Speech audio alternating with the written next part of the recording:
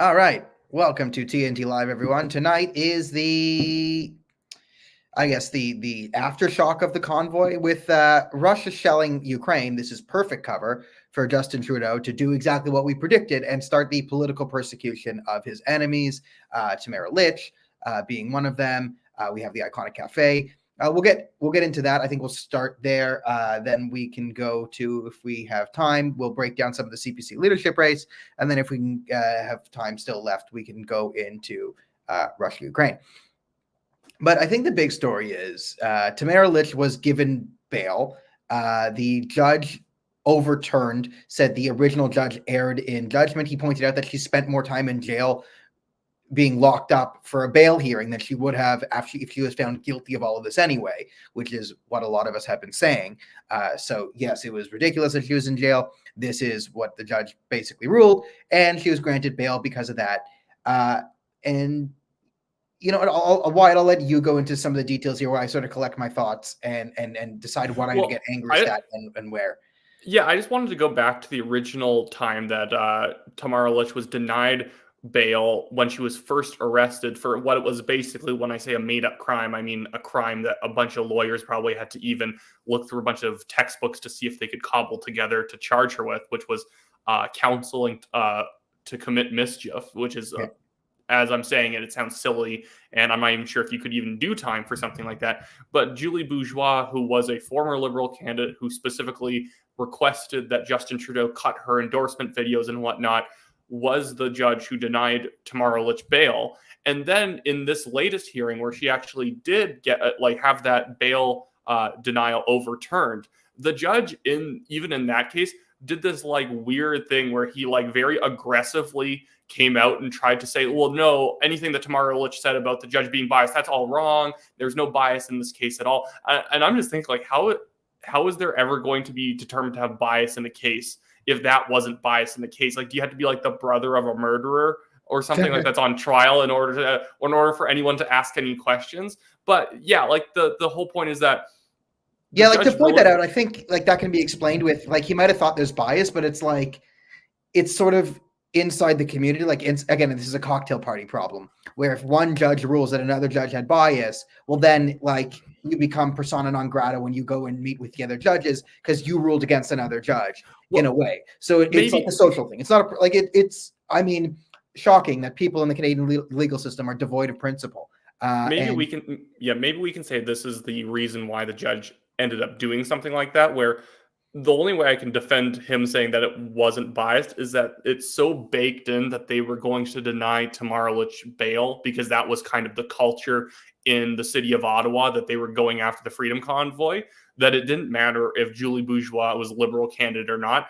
The first judge seeing Tamara Lich would have denied her bail before letting her out, because the whole point was to punish her with the jail time before then letting her out later on. So that's where the judge is thinking well, there was no bias because we all would have done it. Yeah, maybe. I mean, and I think that the punishment is the entire thing. Being charged and having to go through this entire charade is the punishment. The process, the thing with lawfare is the process is the punishment. So people with immense legal resources, i.e. the government in this case, can just throw frivolous charges at someone like Tamara, who doesn't have $10 billion to spend on legal fees, and they can freeze her money. You've seen, this is the full persecution of Tamara Lich, is they froze her money, they froze her bank accounts, so she can't fund her own defense. The banks froze the money, so the lawyers had to get it in escrow. Now, luckily, there are some lawyers that are willing to sort of go through the loops to free up the money to go and get her, but she has to spend the next couple of years going through and fighting off the bullshit of the state. They have enough to monitor her. So if it's again, she's not going to be. My prediction is if Tamara Lich gets hammered on anything, it's not going to be from anything. Let's say from the moment the convoy rolled into town to when it rolled out of town in Ottawa. They're going to get her on violations of bail and tripping over court processes, because again, she's just one woman. They've put a gag order on her and all this different stuff. They've made 1,000 loops to jump through. So if she jumps through all the loops, she still has to pay a lot of money, spend a lot of time and stress and effort, and then she gets off scot-free. Well, just putting, I don't know, 100 Well, grand in legal fees, hopefully it's covered by the convoy donations get to go to her. it But also if feels she's as if going the to get government. anything, it's failure to jump through one of the hoops. They'll throw her back in prison for something frivolous that no one ever gets done. But they have the entire apparatus of the state monitoring her 24/7. It also feels like it's kind of tied to that stupid lawsuit that was launched against the Freedom Convoy by that like 21-year-old girl in Ottawa. It was like $306 million they want because of like honking or something. And they're like, it'd be like, because businesses closed, we need $306 million, even though that the city did that. Whereas the government's almost, by charging Tamara and forcing her through this stupid legal process, they can then also try and bankrupt the Freedom Convoy by trying to force them to lose that stupid lawsuit by providing the like the prosecution evidence by simply like keeping Tamara in court, because the whole point is that if you're being charged for something in a lawsuit, that's considered like substantial evidence that because you're being charged for the crime, that the accusation that you did something wrong and that you owe money is somehow more valid.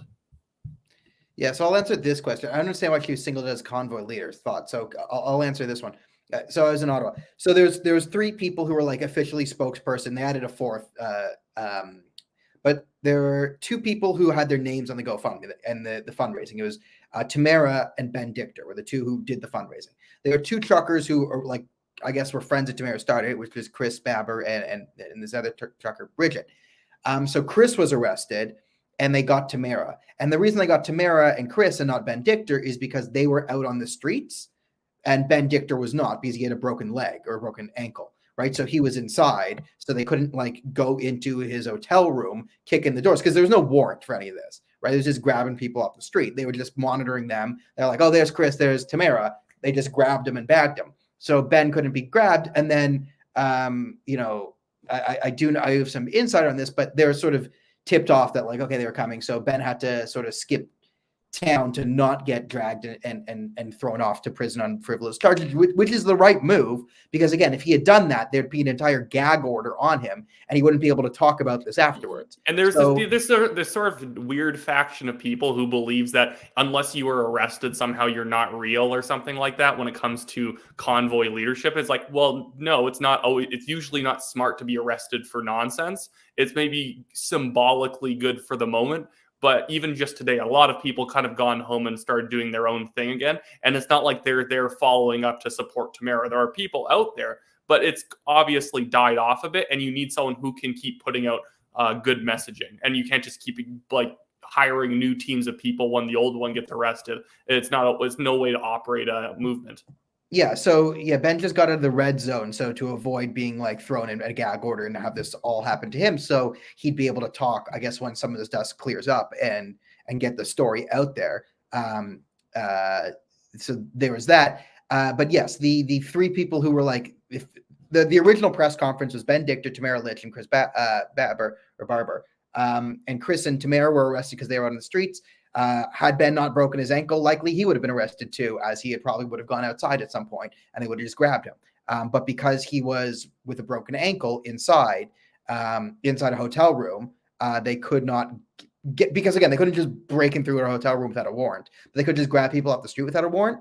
They didn't have the legal right to do any of this stuff.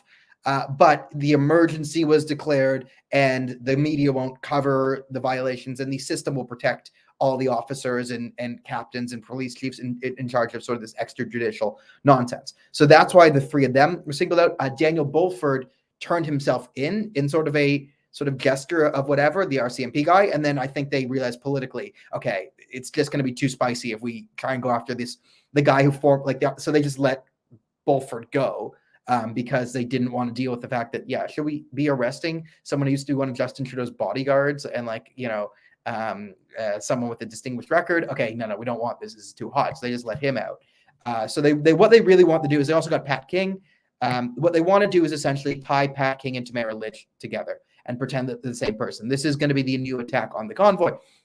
So someone was there. Yes, Pat King was a big social media presence, but had no organizational power in the convoy. A lot of the things Pat King claimed he did not actually do. He claimed he got hundreds of thousands of dollars worth of discount on gas for the convoy. No, he didn't. He claimed a year ago he won a court case that got all the COVID restrictions dropped. No, he didn't. He would always say things like, the police are coming this morning. They weren't. So Pat King was just a man who was saying lots of things. And that's why the official convoy people said, like, no, he's not part of this. Like, he's just a hanger on. Like, he's a social media guy. He's saying lots of stuff. At the very most, I think he was listed as a volunteer organizer for like Northern Alberta for getting the convoy started. But once the convoy was moving towards Ottawa, he had no part. And it was a volunteer position at the very start, which doesn't really mean anything. But yeah, like Pat King was kind of part of the weird Canada Unity group of people who had that silly petition saying we're going to dissolve the government or whatever and replace it with whatever nonsense that we've come up with.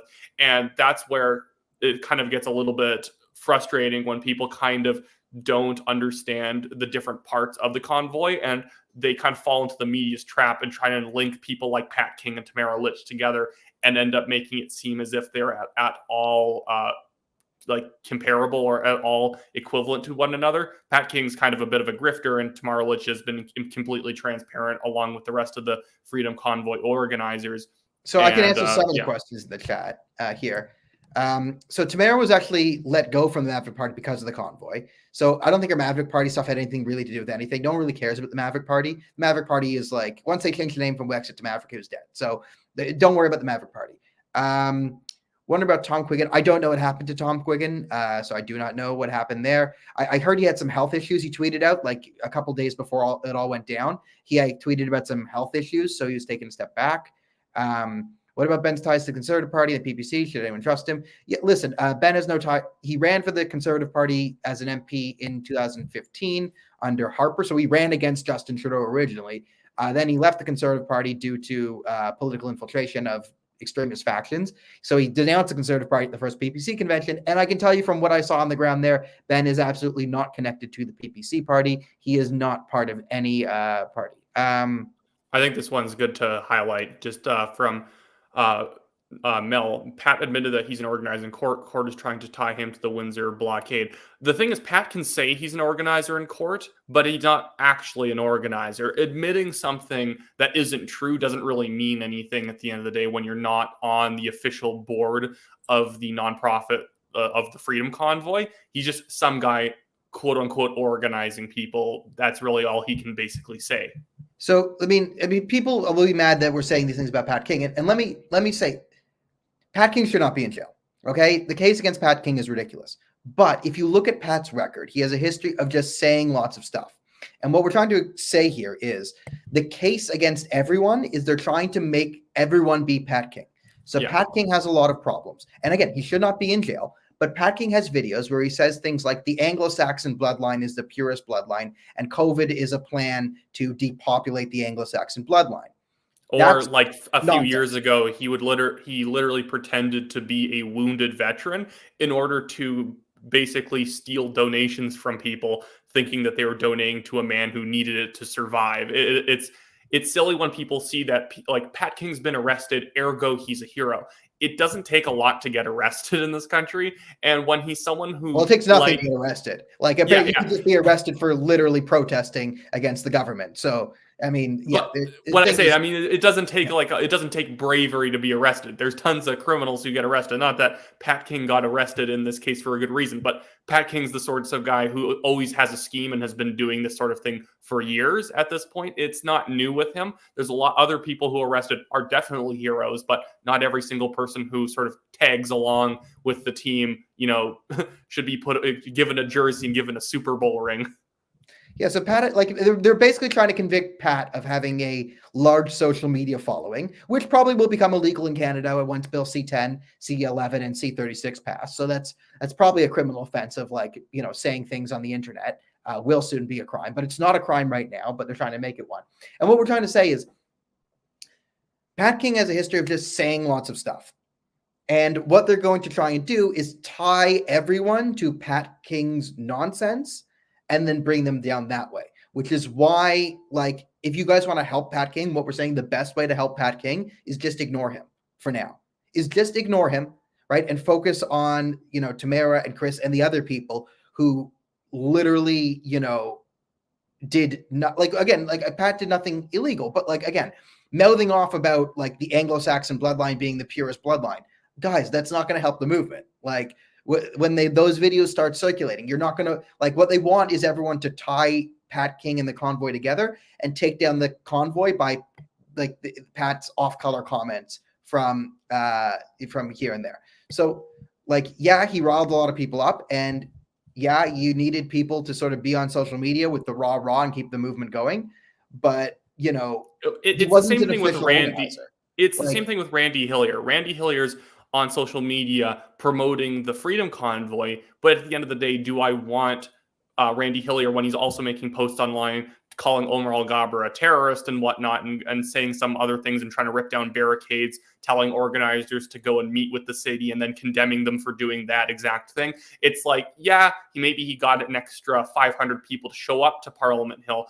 At the same time, do I want the baggage? Do I want the extra stress on the other organizers having to manage all these people on the ground? Maybe not.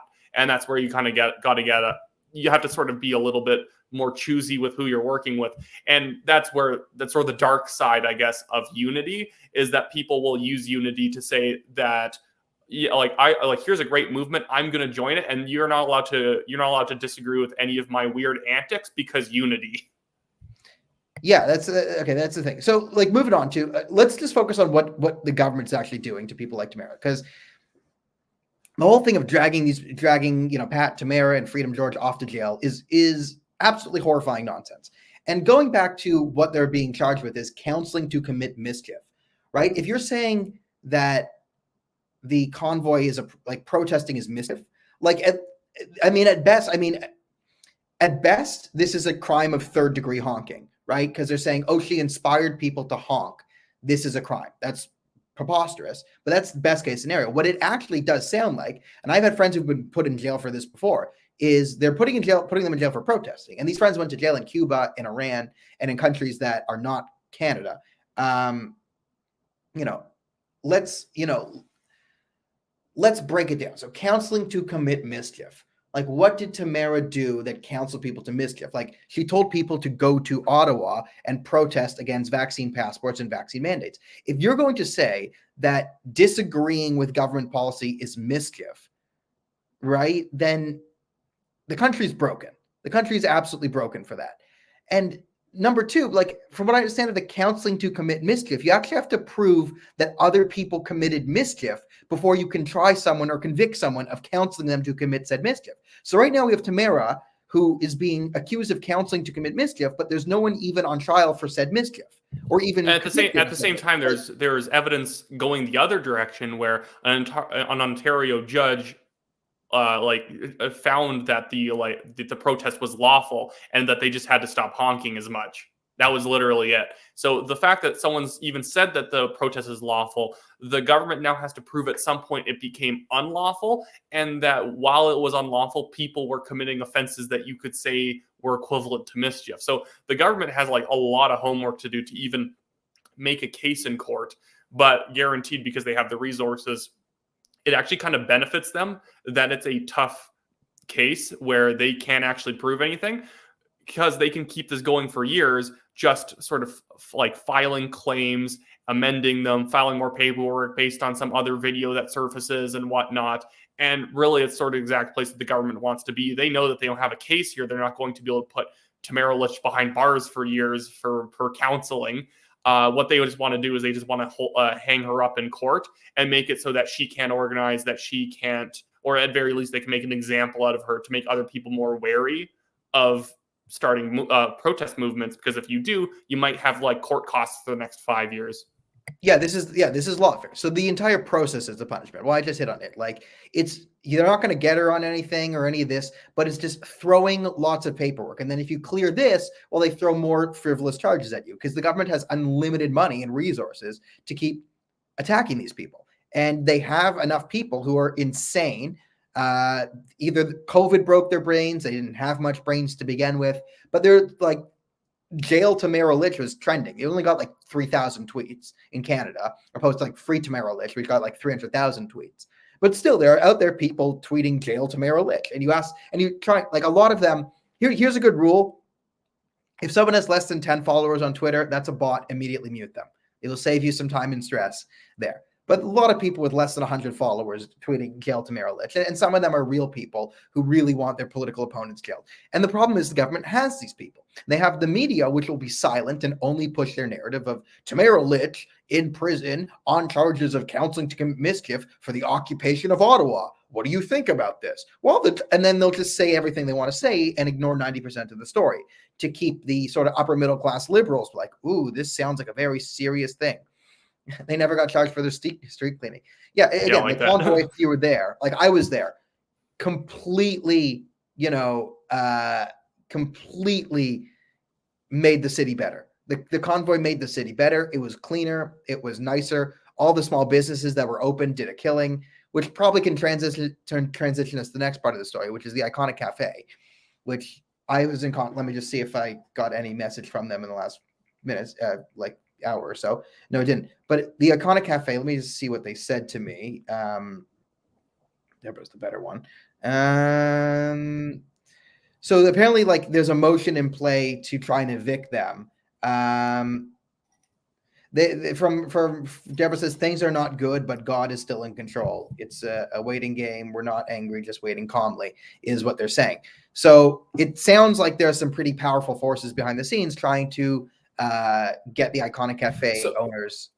Because I was looking into this today. Is it that the building managers?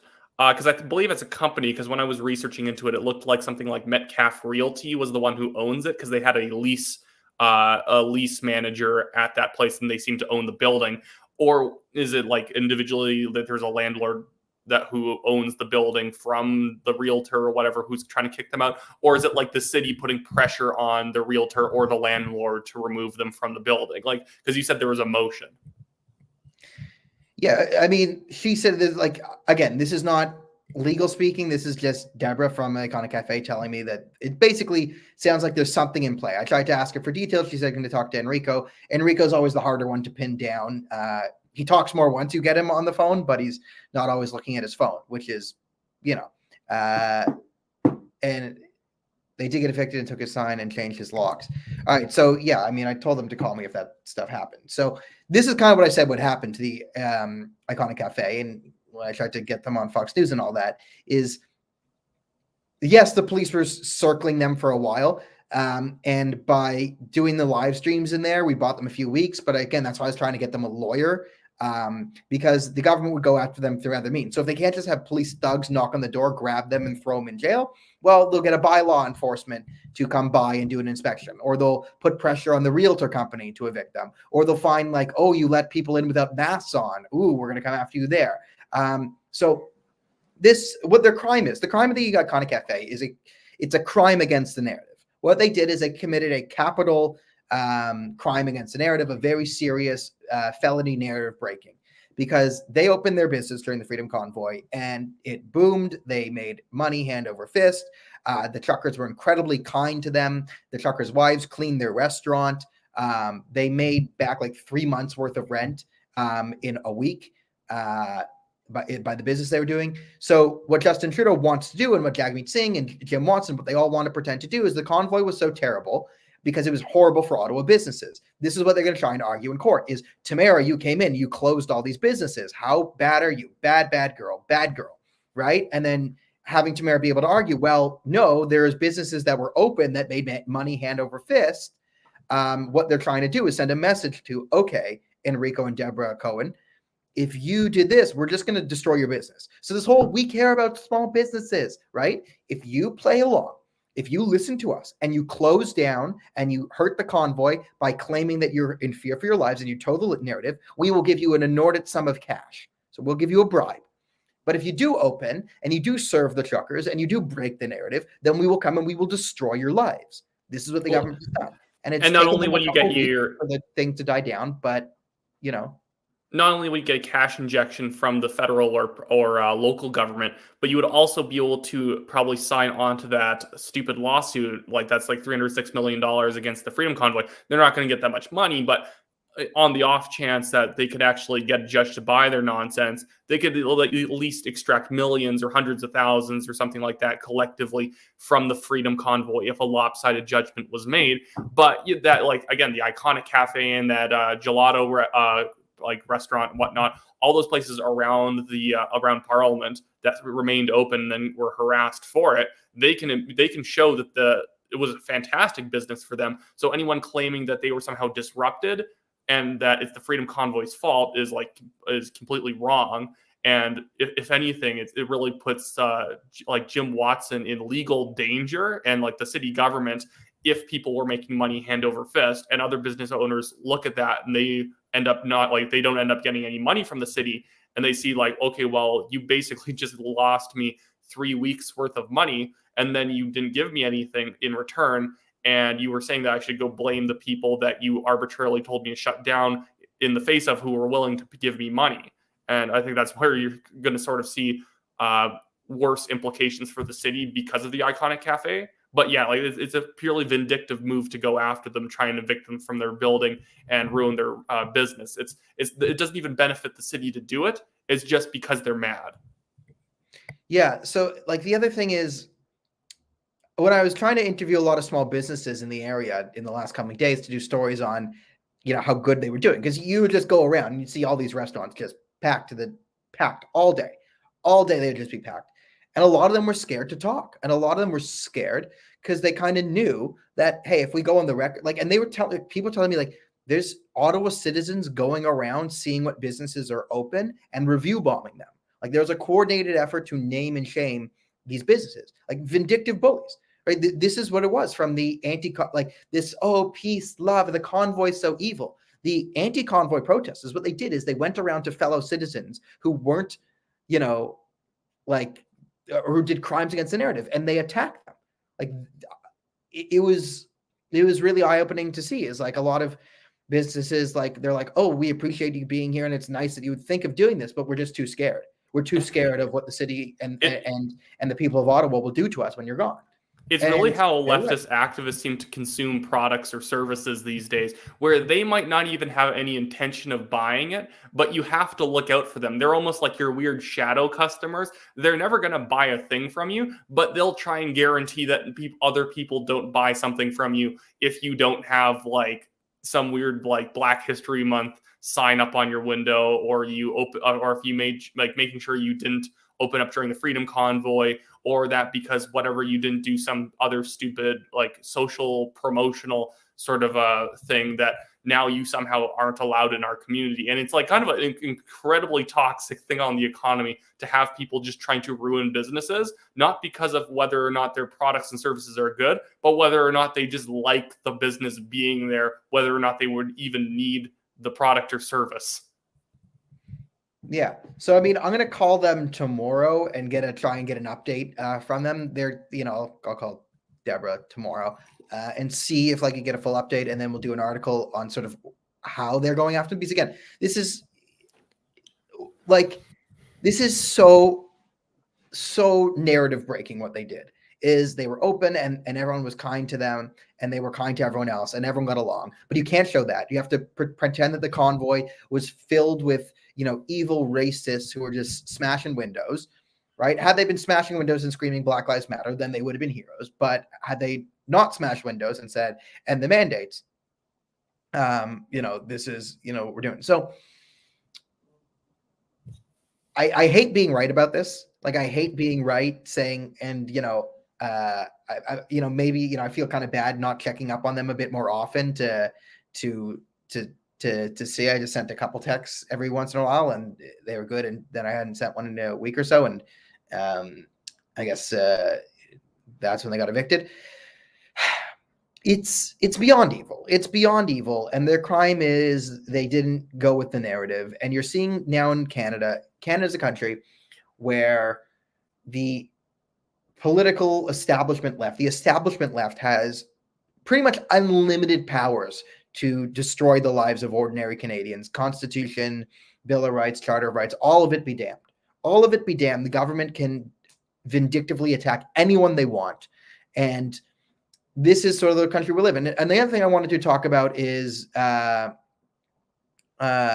he was on, okay, Enrico was on with live with Viva Fry. Okay, that's good. I'll watch that. One of the things that I wanted to talk to Wyatt about today in the Iconic Cafe is pretty indicative of this. This is what globalism is, okay? This is what the globalists are, okay? So people like to think, and listen, I hate the World Economic Forum. The World Economic Forum is the bad guy. Klaus Schwab is a bad guy. But Klaus Schwab is not a puppet master pulling strings of every single country. He doesn't have that much control. What globalism is, it is a global technocracy, right? It is a technocrat. So you see this with COVID, right? This is actually the time to fight against the mandates the hardest. When the mandates have been dropped by the province of Ontario, right, they're now letting private businesses do it. So we'll let private businesses violate people's rights, and we'll let the citizens and the technocrats and the experts recommend, don't look at the Pfizer data, don't look at that, but we're having the experts, right, then imposed fascist rule on the people. So the people will get them to oppress themselves. So it's not like Klaus Schwab is on there's one small theater company in Toronto that said a thing like, oh, we're going to do vaccine passports. It's not like Klaus Schwab's like, hey, Soul Pepper Theater Toronto, institute vaccine passport data alpha. Well, and I think yeah, like what you're getting at is, at the end of the day, globalism isn't kind of some sort of conspiratorial concept where the WEF tells Justin Trudeau what to do and then Justin Trudeau implements it. It's a fundamental ideology that individuals carry with them, no matter if they're involved with weird, like, pseudo economic groups like the World Economic Forum. It's something where people who are business owners, who when they hear Jim Watson tell them shut down your business because the truckers are evil, they'll be like, well, I guess those truckers are evil because they're against the narratives I'm going to shut down because that's for the greater good and I have to fight right-wing extremism. It's more of this kind of weird ball of strange beliefs about how we're all connected and we're all in this together, but we're not in this together with all the people that we hate who are against climate change or whatever. It's all this kind of like socio-progressive economic progressivism, which actually I had someone point out recently that economic progressivism is kind of an oxymoron because their beliefs are not progressive and they're just regressive versions of socialism. But it's like they're basically just, globalism isn't a specific like theory or like about who controls the world. But you and I both think that don't believe in kind of conspiracies of competence. Like you say, it's conspiracies of incompetence. And the reason why the conspiracies of incompetence work is that people flood their brains with this stupid ideology that makes them think that they cannot patronize certain businesses because they didn't put out a post about climate change on a certain day, on Earth Day or whatever. That's really what globalism is all about. It's about people believing this kind of stupid internationalistic worldview and shaping their lives around it, despite how impractical and stupid it is. Yeah, and sort of the end game of the globalist ideology is sort of the technocrats and like the experts, right? So this is like, you could call it globalism, you could call it the left, you could call it a lot of things. Like our point is, like, if you want to stop them, like going into the World Economic Forum, like Arnold Schwarzenegger style, and that it won't solve anything. Like there's an ideology we have to defeat here. And the thing with the globalists is the technocratic rule is they create experts. So you have universities which have been ideologically corrupted, right? They've sort of taken control of the entire institution. So the universities now, unless it's a hard STEM course, and even in STEM, they're trying to take out STEM. But what they're trying to do is corrupt the university to create a cabal of experts that the experts can now go on. Like someone has 4 PhDs in sociology. I don't think they're nearly as smart as someone who's a mechanic. Like, no, not even close. Like mechanic intelligence, 4, like sociology PhD, 2 PhDs in sociology, 3, 4. Like that's the thing. But well, there's a reason why a lot of this globalist sort of I like the word internationalist for people like Justin Trudeau, and globalist for someone who's actually like out to see like George Soros or Klaus Schwab. But like it sort of goes hand in hand with ideologies like socialism, where they're ideologies where they're always incredibly overly complex. They don't work at all, but they're overly complex, which requires experts to explain them to you. Like if you've ever actually heard someone explain climate change in terms of like disaster kind of like disaster climate change or alarmist climate change, it's ridiculous. It's incredibly overly complex. It basically comes across like a conspiracy theory. And of course, all that stuff is almost meant to be so complex that they're saying like, okay, well, who cares? You don't even have to understand it. Just know that this guy knows what they're talking about and just listen to them forever. So like they keep trying to, especially through COVID, make it so overly complicated and not just get down to brass tacks of what you can do, what you can't do, what's actually dangerous. They would just make it so nebulous and vague and overly like I could keep saying complex. The I want to point, maybe the stop, point but is to, but it was always to make it so that you have to rely on experts. yeah, and then always sort of change the ideology here and there. So you can't just say socialism, right? That's why it's stakeholder capitalism is now what they're doing, like socialism, right? But what they do is they change some of the words, so you need someone to explain it to you, so you can get the experts, right? And you control the experts. So if you control the media and you control the education institutions, right, you can always put forward experts who will recommend what you want them to recommend. And these experts don't need to take directions directly from Klaus Schwab, but they've invested not only money in getting this education, but they've also invested personality. And one of the things I always bring up in university that I learned, I use the university logic against it, or wisdom against it, is like universities are like Chinese POW camps in the Korean War. And what I mean by this is some psychological data on investing in beliefs and in investment and all this. So there were two. The West fought, China and North Korea during the Korean War. The Koreans got like 7 defectors, where the Chinese got thousands of defectors. And what did they do differently? So the North Koreans just tortured you and said, convert to communism now. And that got like 7 people. What the Chinese did, though, is they did these very interesting things where they would hold these like contests or something. And everyone would kind of like, there would be a contest for the best economic system, right? What's the best system of governance, right? And everyone kind of knows the Chinese are gauging it. So like 95 times out of 100, someone who wrote a pro-communist essay would win. So it wasn't 100% of the time, but you knew to win, you'd get 95%. You have nothing else to do because you're a POW. And the reward wouldn't be very big. The reward would be like 2 cigarettes.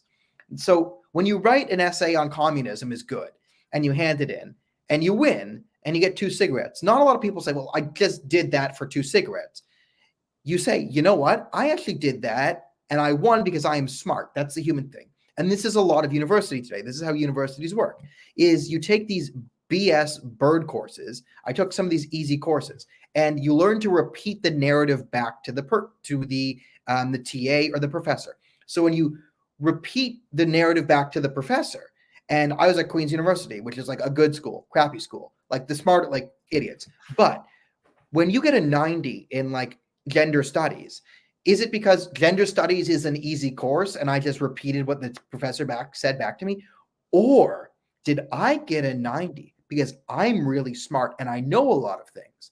And this is sort of the key that drives globalism along, is people invest so much in it, and the liberal philosophy is. And I think there's one of the elements to it is how much people think that they're subversive and that they're super individualistic, and I have such a unique take on the world, when they literally just regurgitate the exact same things that come out of the what they call like the same talking points that come out like the Liberal Party or like the Occupy Democrats Twitter feed and a lot of other sort of like garbage disproven academic theory and whatnot. But they think that they're like, no, I'm subverting expectations, because when your university professor says these are subversive ideas, the conservatives don't like this. And I've been literally in classes where people say, well, if the conservatives had their way, I wouldn't even be allowed to say this. So people who write essays about those ideas that professors talk about, and then they get a good mark, they're like, I must be enemy number 1 of Jason Kenney, and he must be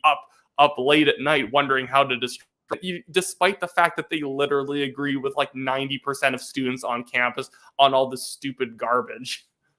Yeah, and you invest, and what we're trying to say is people then think, you invest your personality in this, which is like more powerful than money. So this is how this is the link you have to break to defeat the globalists, is you have to make them stop thinking that they're so smart and clever and educated for going in this, which is why I always say, I've read the World Economic Forum's Great Reset. I've read their plan. It's so stupid. It's also really funny. It's so stupid, it's funny. And when we scream about it, like they're globalists, they're trying to, they're killing everyone with the thing, right? What liberals hear is emotion. They hear like, oh, they must be very important then and very fancy. I'm going to support it. right? They don't hear the content of what you're saying. And But if you're imagine making every fun of them- single liberal who screamed about every single great thing that Donald Trump did.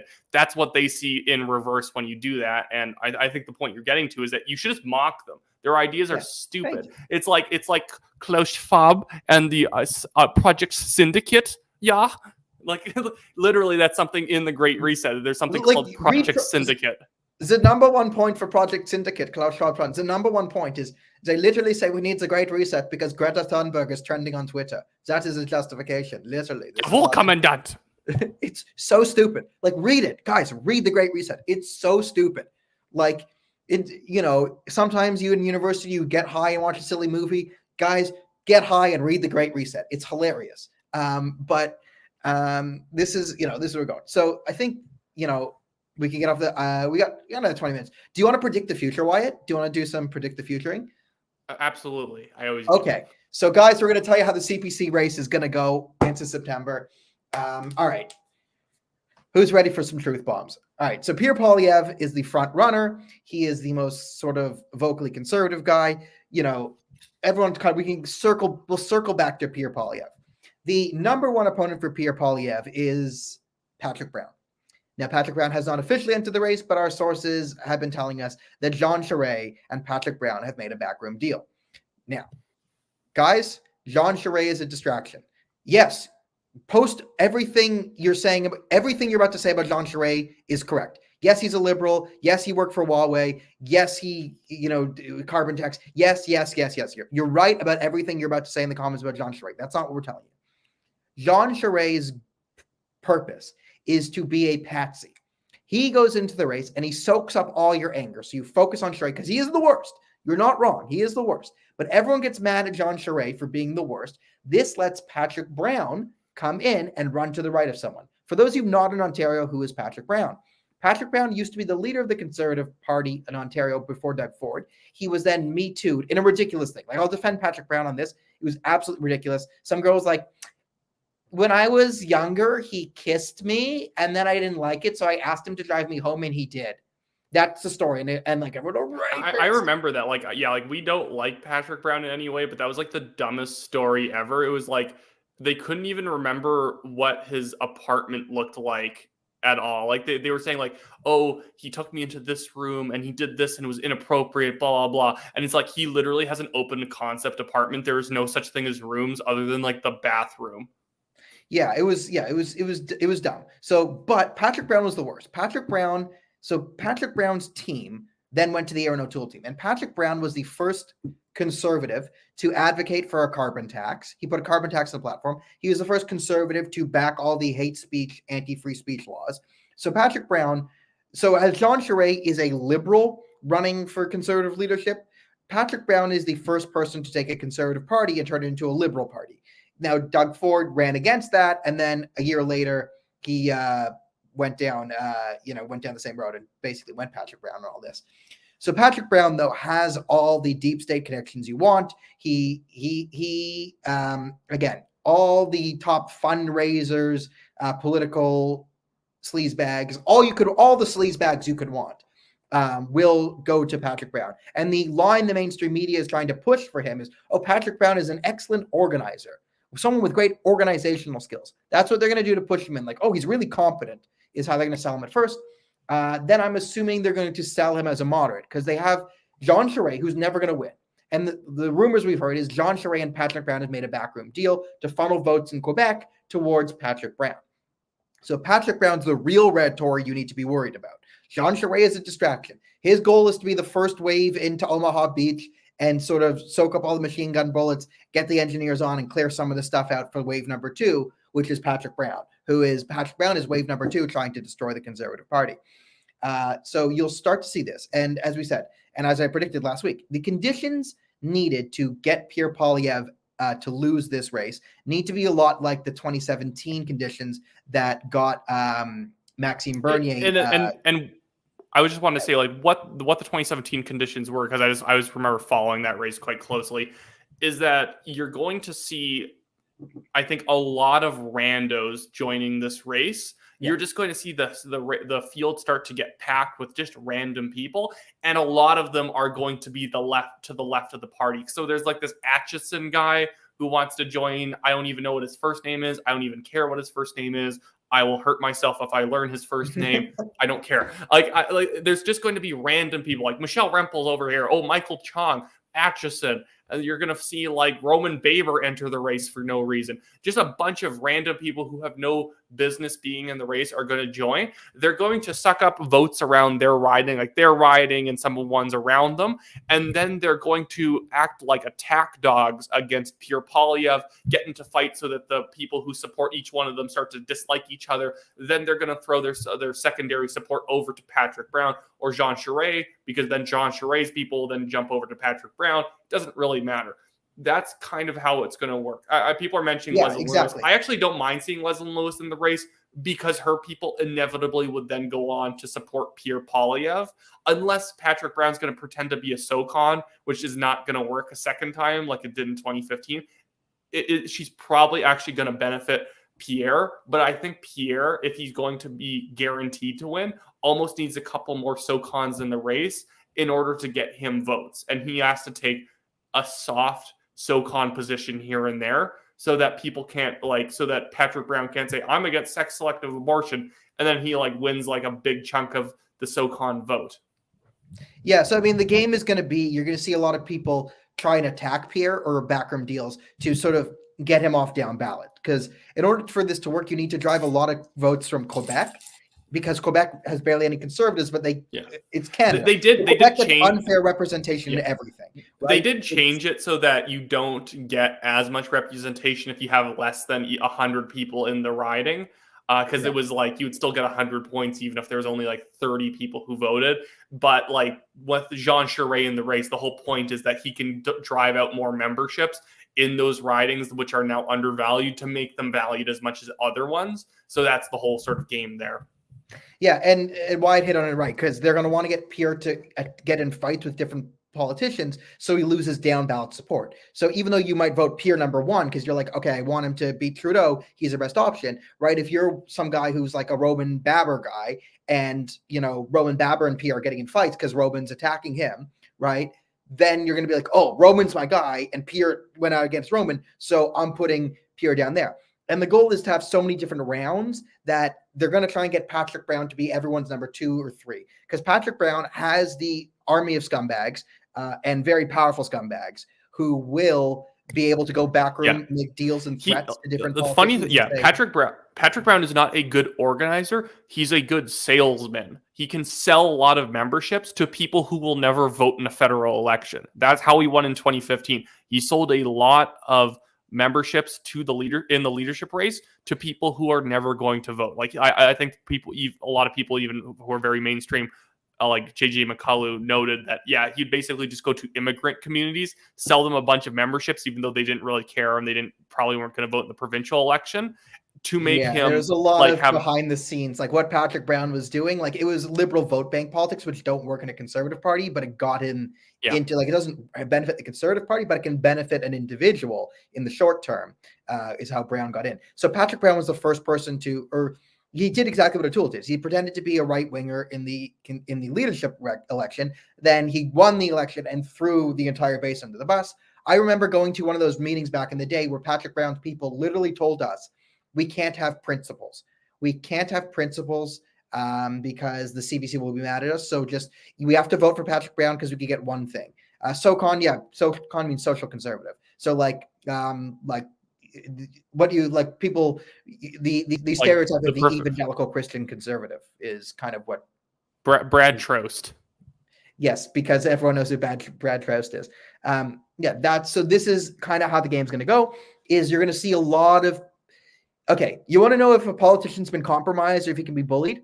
If they start to play nice with Patrick Brown, if a politician says put Patrick Brown down ballot, that means they've done a backroom deal. That means they've done a backroom deal with the deep state and they got to them. Here's something funny I've heard from several people on the different campaigns is that right now on Patrick Brown's campaign team, I know he hasn't launched, but everyone's had their campaigns teams together for like 17 years. Before they were even born, they already had all their campaign team members signed up. So Michelle Rempel's like basically, I think her like chief of staff or campaign manager, or basically her guy that does a lot of stuff for her. He is currently on Patrick Brown's campaign, and they expect that Michelle Rempel is going to endorse Patrick Brown at some point, or run and throw support over to Patrick Brown. So, like, if you thought Michelle Rempel had any conservative bone left in her body, she does not. She is Chrystia Freeland with a cowboy hat, and that is it. I was waiting. Bingo. There Guys, you go. take a shot. Why Christopher with the cowboy hat on in reference to Michelle Rempel? Take a shot. Yeah, I mean, this is the game. And yes, Patrick Brown isn't in it yet. He will be. Listen, if I'm wrong about this, I'll be ecstatic. I'll be ecstatic to be wrong. I hope that everyone can say, I told you so, Daniel, but I have a feeling like I'm going to be reposting the article I wrote last week and being like, guys, I called this like 2 months ago. Guys, I called this 3 months ago. Guys, I called this 4 months ago. Guys, I called this 5 months ago. I called this 6 months ago. So yeah, this segment has been predicting the future of the CPC race. Well, actually, it's funny about your article is after we ended up putting it out, I got a bunch of calls from people who are like, is this true? And then I was like, well, yeah, basically what we've been hearing, blah, blah, blah. And then I hung up the phone, and then I would get a call like an hour later. Like, I just called like 7 other people, and it is true. What the hell? Yeah, I mean, it's like, again, I always know what's going on in the Red Tory cabal inside the CPC. They hate me. I'm not a fan of them either. But yeah, I mean, one of the benefits of fighting the deep state is some people who like still kind of hate it will be like, you know what? Who's just gonna say it? Who's just gonna say it? The Bordman kid. He'll say it. They'll say it. Okay. Hey, Daniel. So I have that going for me, which is people know that like if I see like, oh, they're doing great, like the Red Tories are up to their nonsense, I'll say it. So that's that's one of the benefits of being us. But it was kind of funny. Like, we had a couple of people tell us this, and we're like, okay, I know this is true because this is just like this sounds too much like them. I literally was hearing that Patrick Brown was thinking of running 5 months ago, like it was, and it wasn't you. I don't even think it was from you. Yeah, I mean, I think they're still waiting for a way for him to get in. I think like the media is going to need to clear this. Like, we need a savior. Like, we need an adult in the room. We need someone who can unify the party. We need someone who can make sure. And the media is going to push this narrative of like, oh, Patrick Brown can really keep it together. Patrick Brown was one of the most draconian people in terms of lockdowns and restrictions for a good portion of the pandemic. And then suddenly, within the last about 4 or 5 months, suddenly he's like, well, we got to let people get back to normal. And what's with government censorship? And man, cancel culture isn't that bad. And he just started saying like the most generic, like conservative talking points ever. When I say conservative, I mean like a true Canadian conservative, not like conservative party conservative, but like an actual conservative talking point. And it just sprouted up out of nowhere. Like, you're the mayor of Brampton. This is a little bit weird that you're like oddly federal in the language you're using. And I think that was a good indicator. And when we heard that he was like planning on running, it made all made sense at that point. Anyways, yeah, it was not hard to be the most sane mayor in Ontario in terms of lockdowns, because all of them went crazy. And he just went, you know what? I'll be 75% crazy, even though it won't change anything. Like, he was like going around dropping off literature, telling people to lock their children in their rooms or something like that if they had COVID. Like, he was along with whoever the mayor of Mississauga is with some of his garbage. Yeah. So like that's my point. Is like maybe several months before he flipped, he was probably one of the most draconian in the entire country, maybe outside of Quebec. Yeah.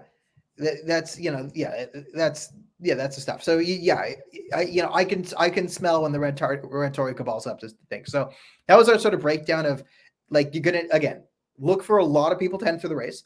Look for a lot of people to start getting in fights with Pierre Poilievre to draw away down ballot support from him, and then look for a lot of the people in the race to sort of endorse Patrick Brown as a second and have be buddy with Patrick Brown. Look for everyone to be incentivized to say nice things about Patrick Brown and mean things about Pierre Poilievre, and that will let you know that, of course, we're right. And whenever you see it, you can be like, "Ha! Wyatt and Daniel, National Telegraph said exactly this would happen." and it will. So there's the future. We got 6 minutes left to the hour. Do you want to do some quick Russia-Ukraine stuff and hit up Yeah, on I this? was really pumped for it now, but now that I know we only have 6 minutes. Maybe We could go longer. You should muscle us through, because I know I'll go down a rabbit hole if I start it. Okay, so the thing in Russia-Ukraine is I'm happy that the left is finally in a place where they agree with some of my values, which is like, guys, Russia bad, America, Western civilization good, nationalism good, countries have the right to borders, and you shouldn't just, bomb Ukraine. So who's to blame for Putin invading Ukraine? Putin. He invaded Ukraine. Now, are you right that the West has betrayed some of its commitments to its allies? Yes. Is Putin afraid of NATO? NATO would be on his borders. NATO's already on his borders. What is it? Lithuania and Estonia on his border? There's already two countries in NATO. I think Latvia also borders him as well. Yeah. So this thing of like, oh no, he needs to invade Ukraine to push NATO off his borders. Well, if he invades Ukraine, then he has more NATO countries on his border. Right. The fact that he invaded and nothing happened with NATO shows that NATO was not a threat. Like the problem is that people are kind of doing this, and it's a little bit of a problem on the political right, is that people look at what's happening and they say, I hate Justin Trudeau, I hate Joe Biden, who are detestable people. They support Ukraine. There must be something up. Ergo, I support. They don't even support Putin. They're like, I don't care what Putin's doing. And that's where it's kind of getting silly, where it's like, okay, I understand that you hate these people, but at the same time, it's more so that they just happen to be right on this issue because it's an incredibly easy issue, but they were still wrong in how they dealt with it because they enabled Putin invading. Yeah. So they've come to they have the right meta stance, like support Ukraine. Yeah. We support Ukraine. That's the right meta stance. Everything else they're doing is trash, right? They killed the Keystone XL pipeline. They killed the LNG pipeline. They took the sanctions off the Nord V2 pipeline. This enabled Putin, right? Because this is how you deal with a dictator. In order to deal with a strongman dictator, you need an actionable threat. Means a threat that they're afraid of. If you do this, then we do this. This is what Trump was good at, because Trump had enough domestic oil and gas production to say to Vladimir Putin, it was sanctioned pipeline, if you invade Ukraine, then I will cut you off from the world global oil supply and fill it. Now, we have ended up sanctioning Russia, but in order to do so, we're hurting ourselves more.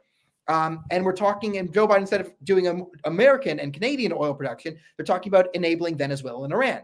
And if you give money to Iran, well, Russia's in control of Iran and China kind of controls it too. That just money's going to go back to Putin.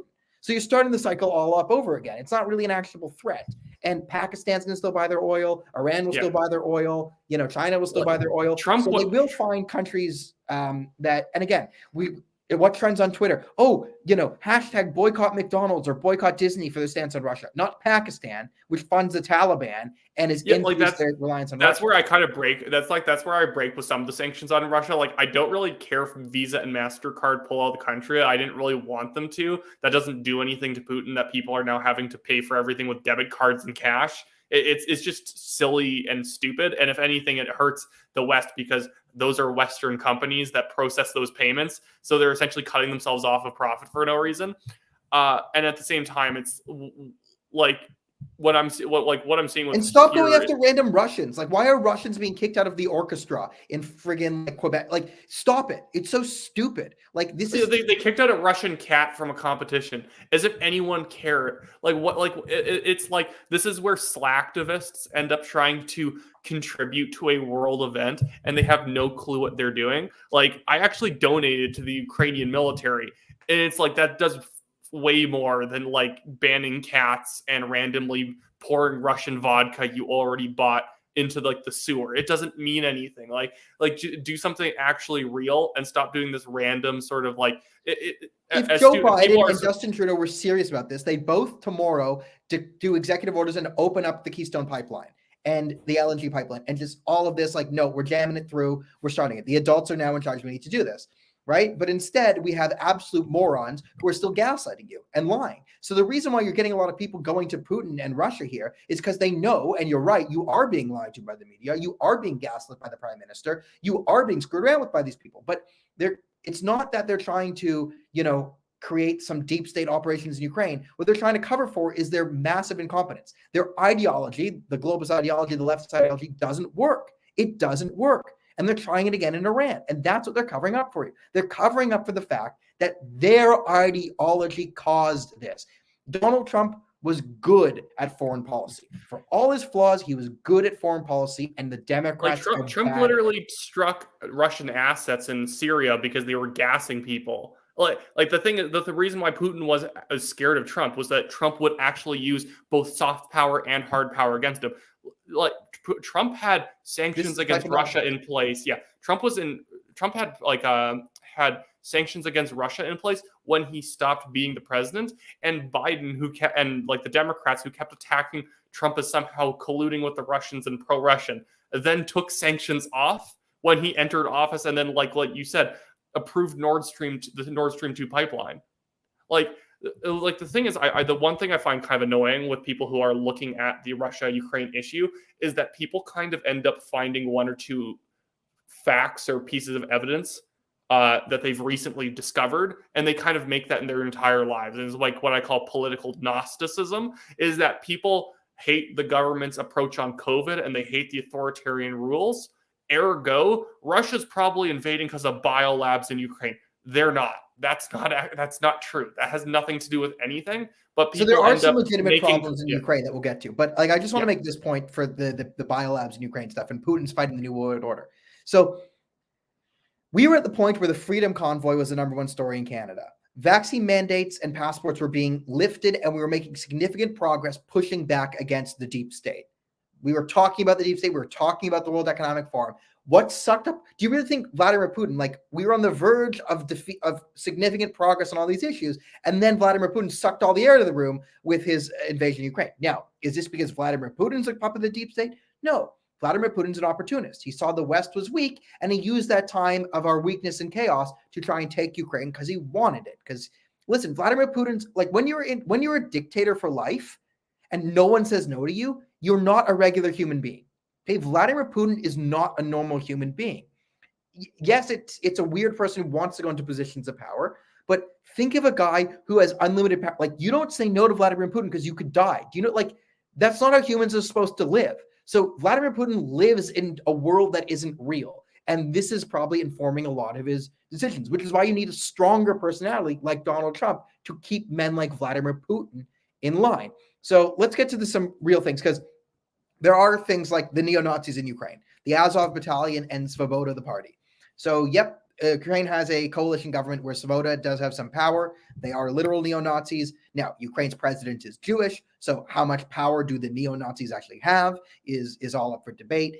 You can say this government is... And they're even with the Azov Battalion, they're kind of Nazis. They're not really they don't follow actual National Socialist ideology. That's mostly aesthetic nationalism type. Hey, we're nationalists, so we're Nazis because we hate communists kind of quote. They're still bad, of course. They're terrible, but they're not they're not the exact same thing, and which is why the government kind of tolerates them a little bit more.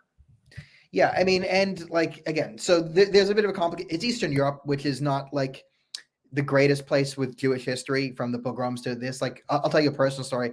I have a friend, his grandfather hid in a cave in Ukraine during the Holocaust. And there was a documentary filmmaker who did a film on all these different people who survived in the woods and got through the Holocaust that way. And he was saying, though, because it's in Ukraine, he can't make the location of the cave public. He has to keep the location secret, because the last time he revealed the location of a cave as where the Jews had hid, the locals had gone and ransacked it looking for the pot of gold.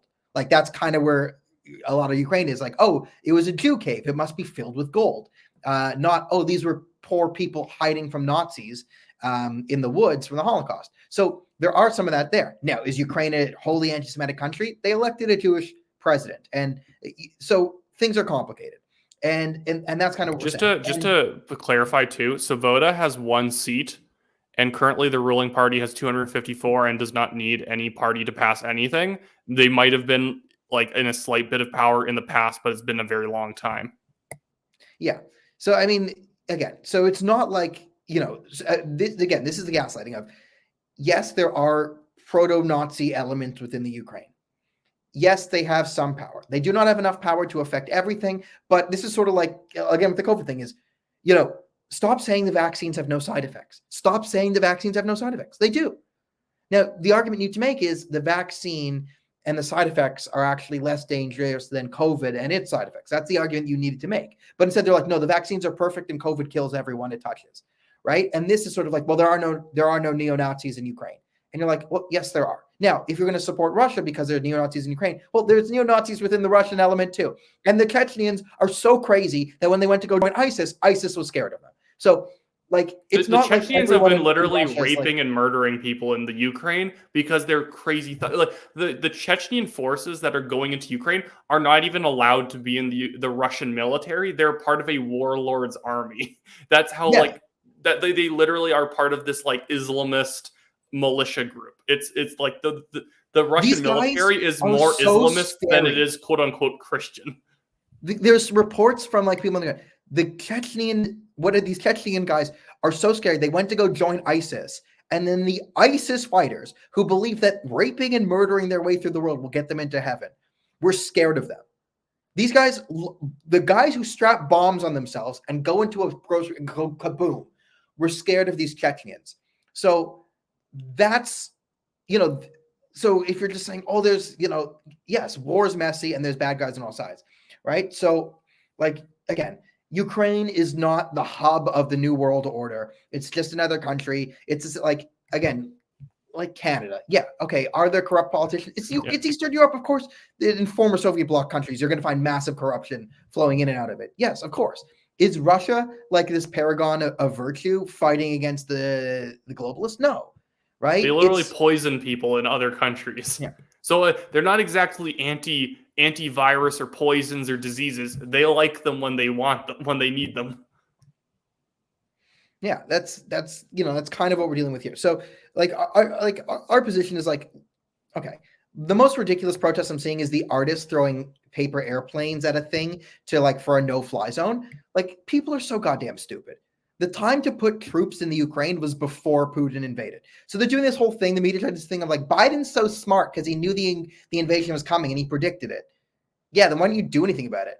Like, if you knew an invasion was imminent, you put your troops in Ukraine to say, oh, there's a training there's an American troops doing it. Like, after the Olympics or during the Olympics, American troops should have been doing a training exercise in the Ukraine. And then extended training missions, and then kind of dilling around in there and doing logistical runs. So Putin goes, okay, if I start bombing American soldiers, I got a bigger problem. Right? It's what you call it's what you call brinksmanship, is you raise the stakes so much for your opponent that they just don't attack in the first place. And that's why when people are saying these people want World War III, whenever people were proposing troops on the ground beforehand, before the actual invasion happened, it's like, no, they don't. The whole point is that they want forces on the ground because then Putin wouldn't even do it in the first place. It's like that you buy a shotgun for your home, not because you want to shoot someone. You want people to be you want people to not break into your house in the first place. You put in like floodlights outside your house and a security system, not because you want people to really give it a try to get in. You want them to see that and say, I'm not going to bother. I'm going to go somewhere else. Yeah, that's exactly what it is. So I guarantee you all the artists throwing planes advocating for a no-fly zone, which would start World War III, right? I guarantee you all of them, if I went up to them a month ago and told them my opinions on Ukraine and how I would want American troops and NATO troops actually in Ukraine, they would have been like, oh, you're a warmonger. You're a warmonger. Right now they're at, again, this is like the media delusion. It's like now the media's like Ukraine. And now they want forces in such a way. Yeah. And now they want forces in a scenario where it's not really reasonable to have a no-fly zone. And the reason why I think people have a good point is that like American jets entering this conflict would roll the Russians. The Russians would be gone in a few days because the American military is of a higher quality and has such better logistics than the Russians that they would wipe them out. And the whole point is that would actually incentivize Putin to do something stupid like launch a nuke. So now you can't actually put American forces on the ground simply because they would win too hard. Yeah, and that's the problem is like what you can do though is you essentially the military strategy here and the global strategy here. Like if I'm hoping there's still pro-American elements within the American government. The strategy seems to be turn Ukraine into another Afghanistan for the Russians, right? In the sense that it's unconquerable. You won't be able to hold ground. They'll be in resistance. And what you do is you slowly train Ukrainian troops and locals onto American tech, get them logistically capable enough to then use upgraded weapons to then push back the Russians that way, and get the Russians down in such a quagmire that it destroys Russians. I mean, the potential good coming out of this is, I mean, it's horrifying for the Ukraine, but if Russia loses its power as a global superpower, that's very good. Again, they've already been losing insane amounts of equipment. Their actual military power has been really blunted. And it's funny is the reason why is because like Russian military is racked with corruption. So whenever you see like trucks parked on the side of the road, not going anywhere, it's because they all need to stick to main roads and get stuck because their tires have been worn out from just sitting flat on the ground for years at a time, even though you're supposed to turn these tires over multiple times a year to make sure that they don't rot. All these Russian tanks and like vehicles are just burning out at the side of the road and getting captured because they're actually of extremely poor quality. The Russians just have a lot of military mass, the same way that like North Korea and China do. A lot of their stuff does not work very well and cannot survive a campaign. So you're right. Really all you need to do at this point is just arm the Ukrainians and let them deal with it. And then hope that, I think, honestly, Lindsey Graham was kind of right that you just have to wait for the Russians to remove Putin themselves from inside because he's going to ruin them all. Yeah, and this one of the things I want to talk about the globalists here is one of the key components of, let's say, globalists or left or whatever you want to call it, international theory is the sort of multilateral superpowers is what they would call it. I can't remember the exact term. But one of the theories of the left and Obama and the globalists is so it's unfair for America to be the world's superpower police and the West to dictate, right? We need America, China, Russia, Iran, Saudi Arabia, all these, and the EU, all on equal footing, right? By this sort of multilateral superpower thing. This is the globalist theory of there is like the West is not the best. That's a key component of globalism. And this is a major hit to the sort of globalist internationalist thing is if Russia loses its power as a hegemony. Now we got like China still, like China is much more serious than the Russians these days, but you still have the problem of China, which doesn't go away, and China can actually benefit off this, which is another problem, which you can get into later.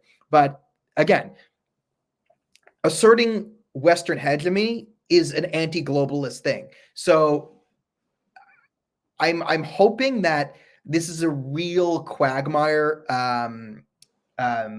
philosophically for the globalists, what's happening in Ukraine, because there's a lot of things that they don't want people to know. And I think a lot of the disinformation and propaganda, because you're right, you are being propagandized to, and you are being lied about the thing. And like, yeah, that goes to Ukraine, Kiev, and like this, yeah, a lot of stuff.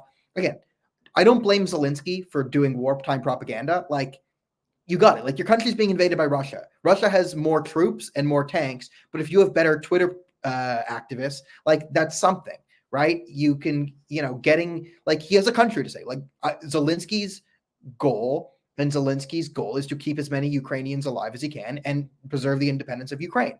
And he's being invaded by a hostile superpower, and like, am I going to scream at him because he's lying about things here and there, and his ministry is doing wartime propaganda?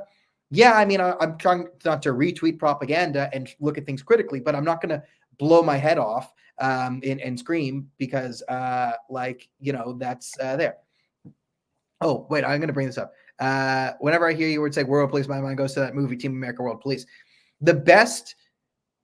Better than any university level politics course, the best speech on geopolitics is the end of Team America. Have you seen it with the Dick's pussies and assholes speech that the guy that they make at the end? It's silly, but it absolutely explains like foreign policy in a better way than you'll ever get on Twitter.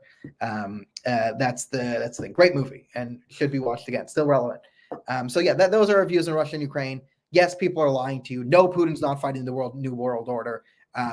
Yes, you're being gaslit on the Ukraine, but you're being gaslit by idiots who want to cover up the fact that they're idiots. And they also want to cover up the fact that Trump was right about this. Trump was right about foreign policy. They were wrong. John Kerry was wrong. Joe Biden was wrong. Hillary Clinton was wrong. Barack Obama was wrong. And they continue to be wrong. And they're pushing the same failed ideas onto Iran now that they did on Russia, and they'll be wrong again. So that's a great place to end the show. that's a great place to end it. So thanks so much for listening. Thanks to everyone like, shared, react, whatever. Like the page, subscribe to the YouTube channel, blah, blah, blah, blah, blah. Telegram We'll see you all channel next is linked in the comments, so join that. You can sort of get a better view of all of our content without Facebook restricting it. So that's something that you should consider joining. All right. Thanks so much. See you later.